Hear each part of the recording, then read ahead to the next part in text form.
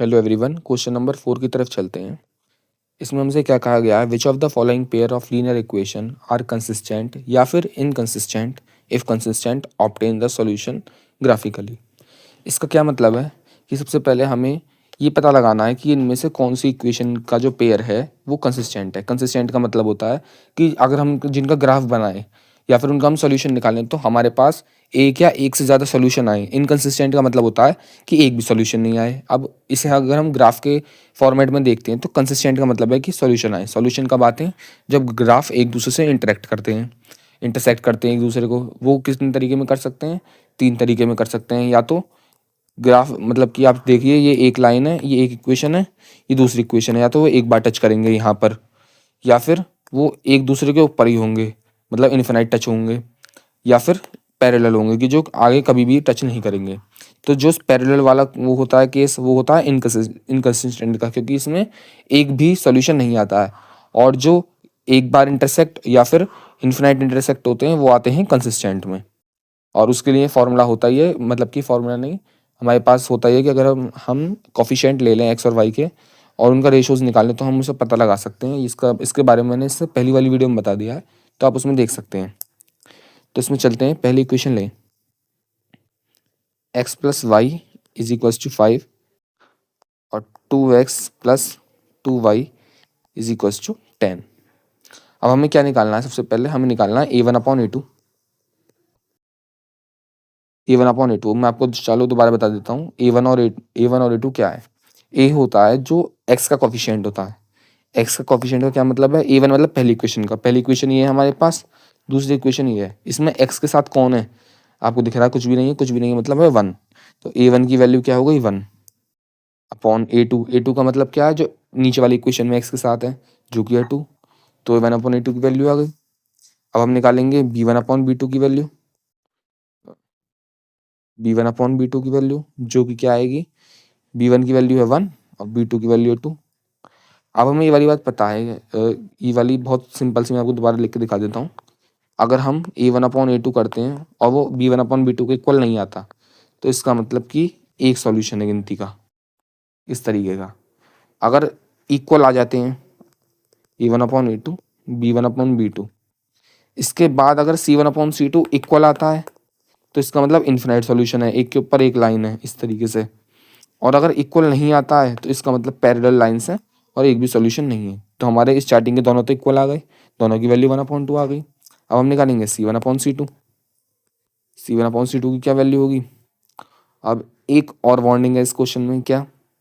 जो हमारी normal equation होती है वो होती है इस तरीके से, ax plus b y plus c equals to 0। इसमें जो सी की होता है, जो कांस्टेंट होता है, वो एलएचएस में होता है और आरएचएस में होता है 0। क्या इसमें एलएचएस में है? नहीं। तो अगर हम इसे एलएचएस में लाएंगे तो नेगेटिव हो जाएगा, ये साइन चेंज हो जाएगा और इक्वल टू 0। इसी तरीके से अगर हम 10 को एलएचएस में लाएंगे तो नेगेटिव हो जाएगा। तो हम हमारे पास अब c1 और c2 की क्या वैल्यू आई है? -5 और -10। तो हम निकाल लेते हैं -5 अपॉन माइनस का 10 विच इज इक्वल्स टू 1/2। तब आपको ये वाली बात समझ में आ गई कि जो a1/a2 है वो b1/b2 के इक्वल है और वो c1/c2 के इक्वल भी है। इसका मतलब क्या है कि इन्फिनाइट सॉल्यूशन होंगे। जो लाइन है वो एक दूसरे के ऊपर कोइंसाइड कर रही होंगी, इन्फिनाइट बाय टच हो रही होंगी। तो इसका मतलब क्या है? देयरफॉर a1/a2 बराबर b1/b2 बराबर c1/c2 implies दैट कंसिस्टेंट। हमसे ये थोड़ी पूछा है कि इसमें पैरेलल है क्या है, बिल्कुल भी नहीं पूछा। हमसे पूछा है कि कंसिस्टेंट है या नहीं है। कंसिस्टेंट का मतलब है कि एक भी सॉल्यूशन आना चाहिए, गिनती का एक या एक से ज़्यादा। इसमें तो आ रहे हैं, इसमें तो इन्फिनाइट आ रहे हैं, तो यस कंसिस्टेंट है। दूसरी बात, इसने एक बात और कही है, आप ध्यान से पढ़िए क्वेश्चन को। इफ़ कंसिस्टेंट, अगर आपका आंसर कंसिस्टेंट आ जाता है तो आपको उसे ग्राफिकली सॉल्व भी करना है। तो मैं आपको सॉल्व करवाने से पहले ही बता देता हूँ, थोड़ा टैबलेट में ग्राफिकली करना मुश्किल होता है। तो आपको ग्राफ प्लॉट करना आता है, मैं आपको बस बता देता हूँ, बाकी आप अपने कॉपी पे करेंगे तो आपका ठीक ही आएगा। तो इसमें कैसे प्लॉट करेंगे? सबसे पहले हम ग्राफ में पॉइंट डिफाइन करेंगे। कैसे पॉइंट डिफाइन करते हैं? सबसे पहले यहाँ पर हम लिख लेंगे पहली इक्वेशन क्या है, x+y इक्वल टू 5। ठीक है, इसमें हमें बनाना है एक डब्बा, बना लिया डब्बा। इस डब्बे में हमें क्या करना है, x लिखना है, y लिखना है और 2 खाने और को छोड़ देने हैं, एक ये वाला, एक ये वाला। ये होगी x की वैल्यू, ये होगी y की वैल्यू। कैसे करना है, सबसे पहले कोई भी रेंडमली x की वैल्यू उठा लीजिए। मैंने उठाई 1 और 2। तो मुझे चेक करना है कि x की वैल्यू अगर 1 है तो y की वैल्यू क्या होगी। तो हमें ये वाली इक्वेशन में x की जगह 1 लिख दिया, तो क्या आएगा हमारे पास y की वैल्यू, वेरी ऑब्वियस सी बात है कि 4 आएगी। 4, 2 लिखा, अगर हमने x की वैल्यू 2 पुट करी तो y की वैल्यू क्या आएगी, 3, सॉरी, y की वैल्यू आएगी 3। तो यहाँ पर हम लिख देते हैं 3। वो सीधा सीधा हिसाब है कि अगर x और y को जोड़कर 5 आ रहा है तो 1 4 और 2 3 दोनों को जोड़कर 5 ही आता है। तो अब हमें क्या पता चला, हमें x और y के पेयर मिल गए, एक ये एक ये। तो x की वैल्यू 1 तो y की वैल्यू 4, तो यहाँ पर हम पुट कर देते हैं x की वैल्यू 1 तो y की वैल्यू 4। अब आप देख सकते हैं x की वैल्यू 1 और y की वैल्यू 4 यहाँ पर है। यहाँ पर ये ब्लैक की जगह में कुछ और रंग से करता हूँ, हाँ येलो। x की वैल्यू 1 y की वैल्यू 4 एक तो यहाँ पर है, और दूसरा वैल्यू क्या आई थी हमारे पास 2 और 3। तो x की वैल्यू 2 और y की वैल्यू 3, तो वो आएगी यहाँ पर। कंफ्यूज नहीं होना है, बस इस टैब में थोड़ा दिक्कत है लाइन खींचने की, तो आप ठीक लाइन खींचना। यहाँ मैंने एक अप्रॉक्स एक लाइन खींच दी है, एक बार और खींच देता हूँ।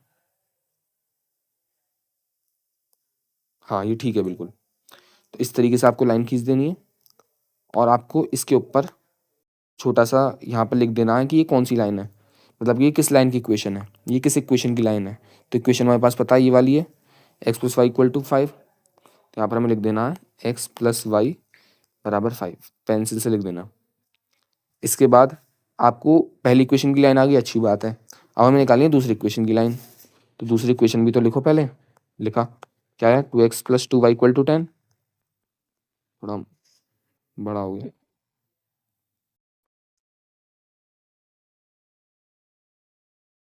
इसमें हमें सबसे पहले क्या कर लेना है, डब्बा बना लेना है। डब्बे में क्या लिख लेना है, x लिख लेना है, y लिख लेना है। अब x की वैल्यू 1 डालिए 2 डालिए, तो देखिए क्या आ रहा है, 1 डालिए तो 2, 1 plus 2y equal to 10।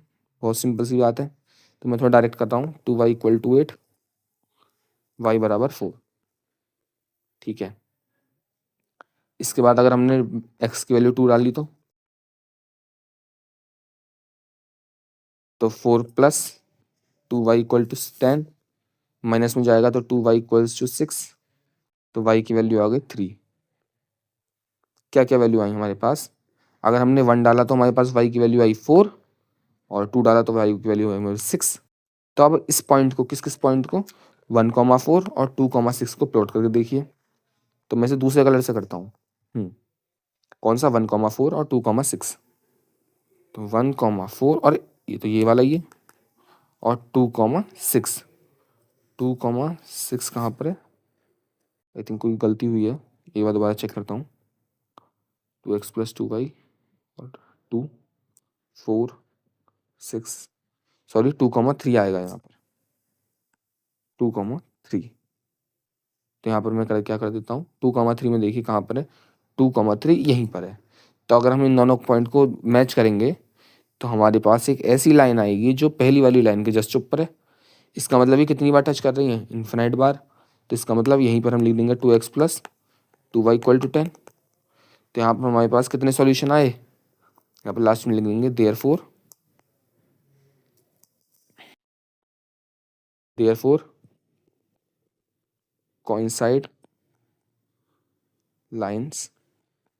Coincide का मतलब होता है कि एक दूसरे के ऊपर लेटी हुई, कोइंसाइड लाइंस।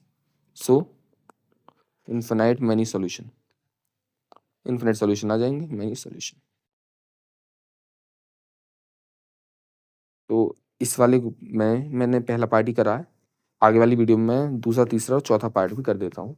समझ में आया तो लाइक करना, और कुछ नहीं समझ में आया तो कमेंट ज़रूर करके पूछ लेना। Thank you.